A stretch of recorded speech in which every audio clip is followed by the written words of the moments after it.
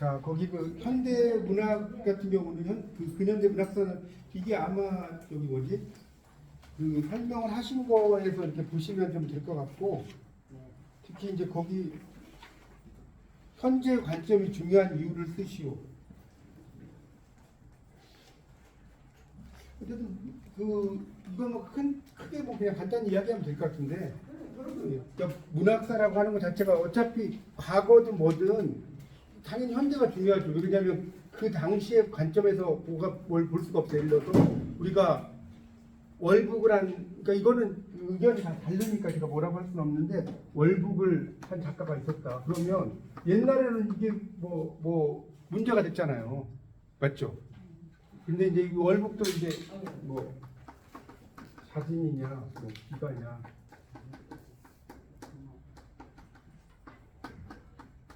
납북이냐 이랬는데, 이제 납북 같은 경우는 약간 반대했어요. 이거는. 근데 이제 이거에 대해서는 상당히 좀 안 좋게 봤죠. 그리고 이제 행방불명자도 이제 월북으로 간주하고 막 그랬는데, 그 문학사라고 하는 것은 그 당시를 기준으로 본다기보다는 현재 기준이 상당히 중요한 거예요. 왜냐하면 현재의 입장에서 우리가 살아가는 시대라는, 현재 자체가 우리가 살아가는 시대고 현재의 관점에서 뭐가 중요하다는 거죠. 이게 이제 어디 나오냐면 7페이지에도 또 나와요. 7페이지에 이 책 가져오셨죠? 7페이지에 이 책 안 가져오셨나? 근현대 문학사 7페이지에 보면 둘째, 안 가져오셨는데 그 페이지 써놓으시고요. 네, 거기 이렇게 나오거든요. 문학 작품에 대한 현재적 가치를 중심으로 파악해서 대상을 선택하여 서술하는 경우, 이런 말 나오죠. 그래서 이제 현재 시각에서 해석되고 가치 평가된다. 그래서 뭐 이재선의 하여튼 그 부분이 있어요. 그 부분이 좀 보시면 될 것 같아요. 그러니까 이 둘째 부분 있잖아요. 둘째 부분. 그래서 이 단락 전체, 이 단락 전체가 여기서는 포인트거든요. 그러니까 그거를 좀, 그래서 제가 아까 그 이야기한 게, 책에 안 가셨으면 그냥 말로 할게. 1988년에 남쪽에서 월북 및 책 보면 나오니까 작고한 북쪽 문인에 대한 논의가 해금되고, 또 1990년대 초에 북쪽에서 역시 일제강점기 문인들에 대한 부분적인 해금이 이루어지고, 또 북쪽 문학에 대한 개방과 사회주의권 여러 나라와의 외교 관계가 정상화되고, 이런 걸 들 수 있다고 나오거든요. 뭐 그런 거라든가. 그러니까 이런 것들이 이제 현재의 관점에서 이렇게 볼 수가 있다는 거예요. 그러니까 이게 문학사 발전이라고 하는 것 자체가 그런 어떤 현재적인 가치, 현재라는 것 자체가 현재적 가치다. 이런 걸 이제 이야기하고 있거든요. 그런 거를 여러분 조금, 이거는 지금 5점짜리니까 그냥 짧게 쓰시면 될 것 같아요. 거기 둘째 부분 하여튼 요약해서 제가 말씀드린 대로 그걸 쓰시면 될 것 같고, 한국 문학사를 시대순로 이제 서술하라고 이제 나왔는데, 이거는 여러분이 공부하실 때 어디야? 페이지에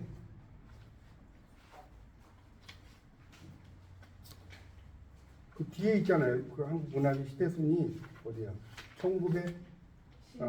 26페이지부터 있네. 26페이지부터 뒤에 40년대, 50년대 이렇게 있어요. 그러니까 하여튼 26페이지라고 쓰세요. 지금 안 가져오신 분은 거기서부터 이제 쓰면 되는데, 그러니까 1910년대 같은 경우는 2인 문단 시대잖아요. 간단히 설명하면, 맞죠? 2인 문단 시대여서 이제 최남선과 이강수, 그리고 근대문학의 태동, 근대문학의 태동이었죠. 뭐 이런 걸 좀 쓰시면 돼요. 그리고 이제 뭐 계몽의식, 이광수가 이제 계몽의식이 강하잖아요. 최남선은 이제 뭐 신체시 해계 소년에게라든가 이런 것들이 있죠. 하여튼 그래서 계몽주의적, 거기 27쪽에 첫째 줄에 보면 계몽주의적, 이상주의적 성격이다 이런 말도 나오거든요. 그게 또 중요해요. 27페이지의 첫째 줄에 이 시기의 문학은 계몽적 이상주의 성격이다라는 말이 있거든요. 이렇게 되셨죠? 계몽적 이상, 이게 제가 보니까 이걸로만 보기는 너무 뭐 이렇게 간단하게 좀 돼 있더라고요. 그러니까 이걸로 가지고 좀 쓰기가 쉽진 않을 것 같은데, 이것도 참 네. 네, 그러니까 요걸 가지고 쓰시면 되는데, 제가 보기엔 이거는 그냥 핵심만 써놓은 거니까 여러분이 이제 보시면 될 것 같아요. 어쨌든 제가 그렇게 설명드리고 20년대는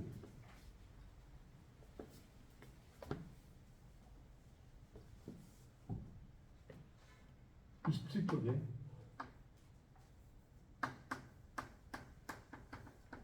20년대 같은 경우는 이제 뭐랄까요, 독립을 쟁취하기 위해서 이제 계층을 초월했다. 이 포인트는 단합했다 하나로 이게 중요하고요. 그래서 이제 또 동인지, 풍수문예지 발간했다. 그리고 이때 이제 태폐적인 정서가 이제 강했다. 왜냐면 왜 태폐적인 정서가 강했어요? 3.1운동이 좌절했잖아요. 맞죠? 3.1운동이 좌절되면서 태폐적인 정서가 강했다. 그리고 이제 소설 같은 경우는 이제 이광수가 원래 이제 했지만 그것이 여러 작가에 의해서, 그러니까 다수 작가가 등장했어요. 이 다수의 작가가 이제 여기 나타났다는 거, 이런 것들이 이제 있겠죠. 그래서 이제 그 다수 작가는 김동인, 염상섭, 현진건, 나도야. 김동인, 염상섭. 이건 쓰려면 이것만 가지고 몇 장 쓰겠는데 너무 많아서 뭐 등등 이제 작가가 나왔다는 걸 쓰면 될 것 같고요. 그다음에 30년, 20년대 후반에서 30년대, 20년대 후반에서 30년대. 이때는 뭐랄까요, 그런 백조동이 같은 것도 등장을 하고, 백조동이. 그래서 이제 이때는 그 센티멘탈리즘이라고 하죠. 그래서 우리말로 이제 감상주의라고 하죠.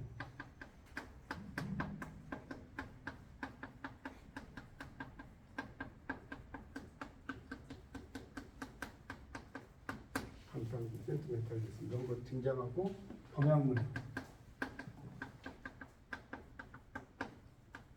이런 것들이 이제 등장했다는 것이 쭉 나오고 있고요.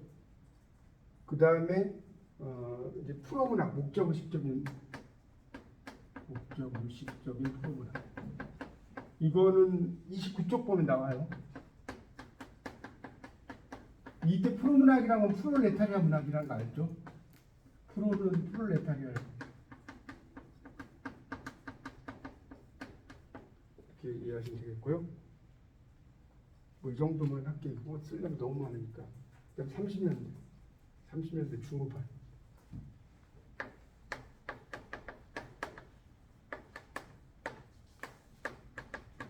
이 30년대 중후반에서는 이제 뭐 순수, 이때는 이제 뭐랄까요, 순수지향, 그다음에 주지적 방향. 지성에 이제 호소하는 게 이 시기잖아요. 주지적이라는 게 그런 것이 있고, 시문학 같은 경우는 시어에 좋다. 그다음에 감각적 표현.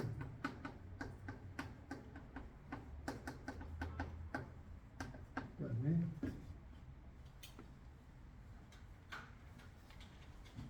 이면적인 내용 배제.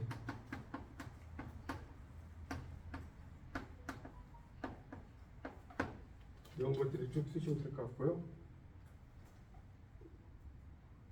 그 다음에 이제 40년대. 40년대는 이제 암흑기잖아요, 암흑기. 40년대에 쓰라고 합니다. 그러니까 이게 실제로 그 뭐 대학에서 그랬대요. 국문과 교수님이 1940년대에 한국 문학을 논하시고 그랬더니 그 당시는 암흑기므로 논할 가치가 없음. 이렇게 썼대요, 어떤 학생이. 그렇게 쓰면 안 돼. 근데 어쨌든 일제 말기잖아. 일제 말기. 상당히 그 당시가 암흑기잖아요. 그러니까 네, 그렇죠. 그런 것들을 쓰면 돼요. 이제 일제의 어떤 그렇죠. 조선과 말살 정책도 있고 상당히 이제 암흑기에 대한 이야기를 좀 쓰면 돼요. 총독부에서 뭐. 근데 그러다가 이제 이때가 이제 가장 포인트가 전쟁의 장기화죠. 에 따른 경제적 공격.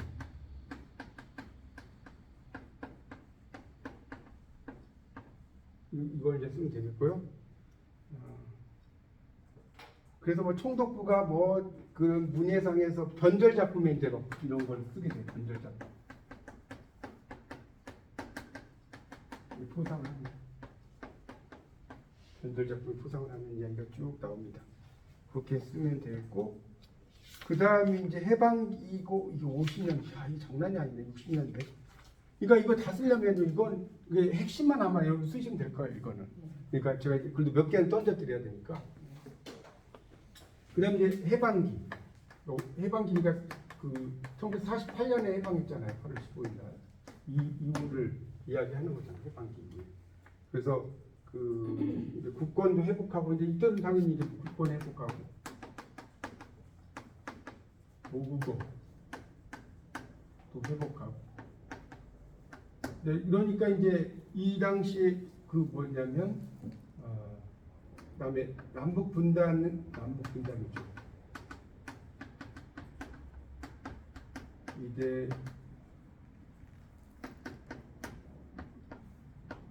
대립을 극복하고 뭐 이런 것들도 쓰시면 될 것 같아요. 그런 시기가 해방기다라고 쓰면 되고, 그다음에 이제 50년대로 가면 1950년대. 50년대로 이제 가면 이때는 이제 전쟁과 전후의 복구잖아요. 그러니까 이게 뭐랄까 분단이 됐잖아요. 이제 알다시피 분단에 따른 이념의 고착화, 이념이 굳어졌다는 거. 그다음에 정치적인 혼란과 대립.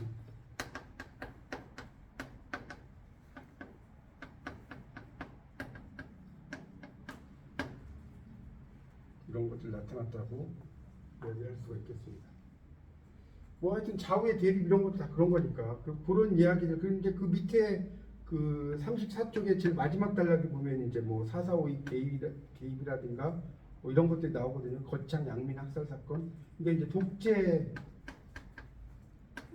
유지를 위한 어떤 뭐 행동들 이런 것들도 이제 일어나는 시기에 대한 얘기가 쭉 나와요. 그런 것들을 쭉 여러분이 한번 보시면 되는데, 그래서 이 당시에 이제 특히 이제 소설 문학, 이 당시에 소설 문학은 이제 그 뭐랄까요, 그 남북 분단으로 인한 비극이죠.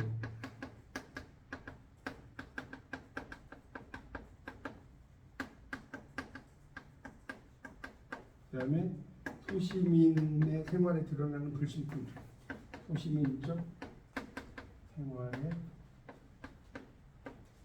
드러나는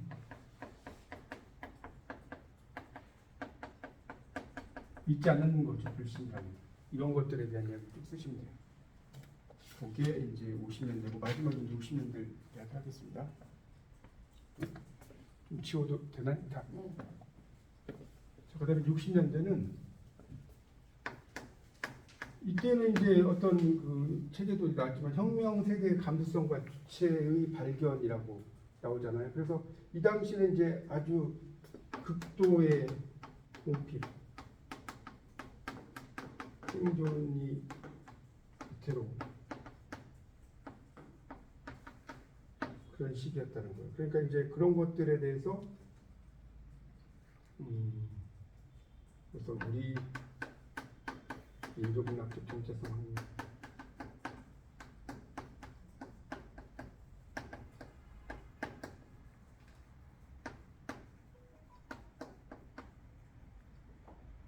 그리고 순수와 참여의 대립죠.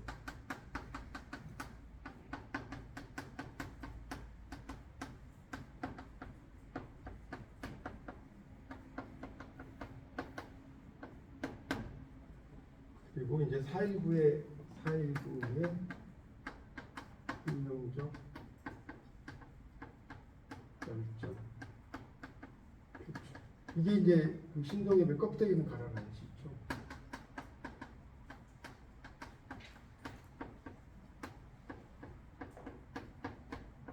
뭐 이런 걸 좀 쓰면 될 것 같아요. 이게 기면대다. 그리고 이제 이 시기에 순수와 참여니까 특히 이제 그 뭐랄까 순수와 관련된 건 문학가치성이고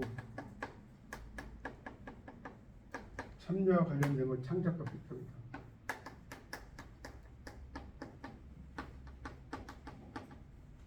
이런 것들을 여러분이 섞어서 써보세요.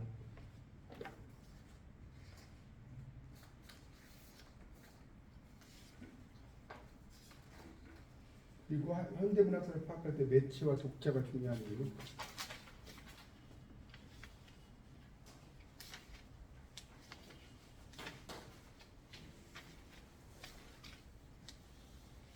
이거는 이제 독자 여기 그 여러분 교재도 55쪽에도 나오고, 그다음에 이제 매체가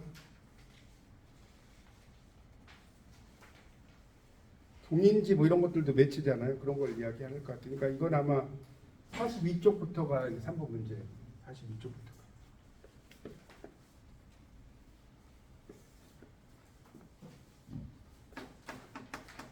그래서 이제 매체가 당연히 중요하죠.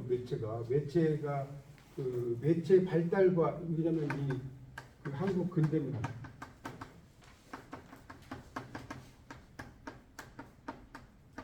이거는 당연히 이제 매체의 발달 및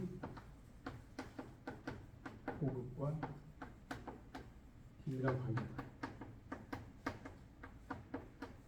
그러니까 이게 매체가 발달되면서 뭐 인쇄 산업이 발전하고,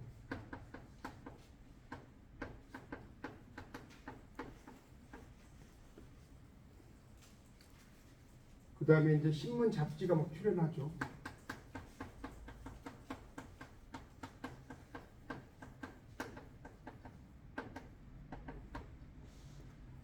이런 것들이 이제 나옵니다. 그리고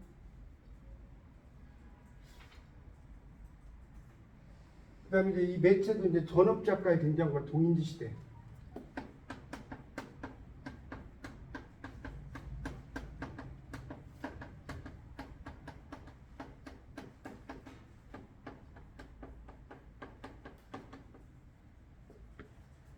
그러니까 동인지 시대가 되면서 이제 그 뭐 여러 가지가 창조 폐허 백조라든가 뭐 창조 폐허 백조 등등등의 뭐 여러 가지 동인지들이 있잖아요. 그런 걸 이야기를 쭉 하고 있어요. 그런 동인지에 대한 이야기를 좀 쓰시면 되겠고, 근데 그런 것들이 이제 어떤 뭡니까 그 시대 상황을 잘 이야기를 했다고 할까요? 그런 것들에 대한 이야기를 좀 쓰면 될 것 같아요. 그리고 이제 그 뒤에 그 독자에 대한 이야기는 55쪽에 보면 55쪽. 근데 독자가 이제 전통적인 독자도 있고,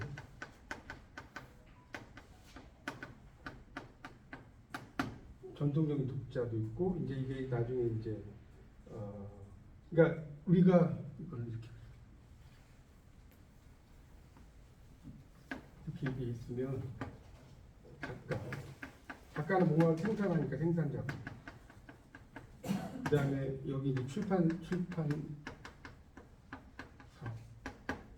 출판사라고 합시다. 여기 이제 분배자고, 그 다음에 여기 이제 그 뭐랄까요, 독자는 당연히 수요자죠. 이 삼각관계가 이제 잘 형성이 되는 관계의 이 삼각형으로 보인다면, 그래서 이제 이 독자들이 그 작품에 대해서 이렇게 뭐 평가를 하는 것들이 쭉 나오죠. 그래서 이제 근대적인 독자가 56페이지에 보면 이 책에 나와요. 근대적인 독자는. 그러니까 근대적인 독자는 고학력과 고급 취향, 전문 독자층이 있어요. 그 다음에 한글 해독 수준에 일반 독자층이 공존해.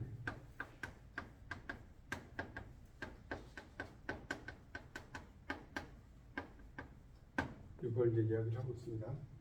그런 것들에 의해서 이제 그러니까 이 두 개의 계층이 이제 뭐랄까요, 공존하면서 이야기에 대한 걸 쭉 쓰시면 될 것 같아요. 그래서 이제 거기 58쪽의 셋째 줄에 보면 근대적인 독자들은 높은 수준의 문학 지식을 얻기 위해서 한글로 된 작품뿐 아니라 일본어나 북한문 이런 걸 또 읽어야 했다는 것이 또 나오거든요. 그 이야기도 좀 쓰시면 될 것 같고 그 58쪽의 내용에 이제 보면 그런 이야기를 조금 이 독자층의 문학물에 대한 수요에 대한 이야기도 59쪽에도 나오거든요. 그래서 그 신문 연재 소설, 그러니까 이때는 이제 신문 연재 소설이 인기였다. 그래서 이 신문이 강력한 소설 생산과 수용의 매개.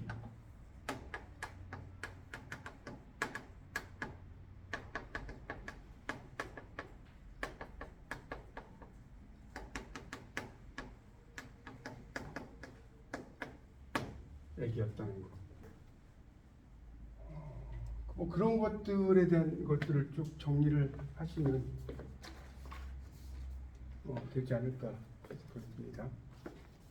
이게 지금 이게 3번이었나? 그 근현대 문학사를 파악할 때 매치와 독자가 중요한 이유를 쓰시는 거예요. 그러니까 이거는 여러분 이제 이런 걸 염두에 두시고 여기 그 책 그 프린트물에 이제 거기에 보면 뭐 30년대 후반 뭐 이런 거 있죠. 거기 2번에 보면 한국 근현대 문학사의 사회가 나오잖아요. 30년대 후반, 40년대, 20년대 뭐 나오는 게 있잖아요. 네. 이런 것들에다가 제가 설명드린 거를 해서 이거는 그냥 조금 여러분이 살을 붙이면 돼요. 살을. 그러니까 책에다가 있는 걸 쓰려면 어려우니까 뭐 예를 들어서 최남선과 이광섭 2인 문단 시대고 뭐 조금씩 이거는 이게 지금 몇 장 쓰라고 하신 거예요, 그래갖고 한 장 뭐 3개 다요? 3개 다 해서? 네. 아 그럼 뭐 아주 간단하게 쓰면 되네. 그러니까 이 정도면 충분할 것 같아요. 그 3개를 이렇게 한 장 반 이렇게 하라고 그랬어요. 혹시 뭐 여기서 질문 있으세요? 이 정도면 되겠어요? 네. 네, 그런 것들을 토대로 해서 한번 여기 이거는 좀 써보시면 될 것 같아요. 너무 복잡하게 할 건 없으니까 그렇게 하고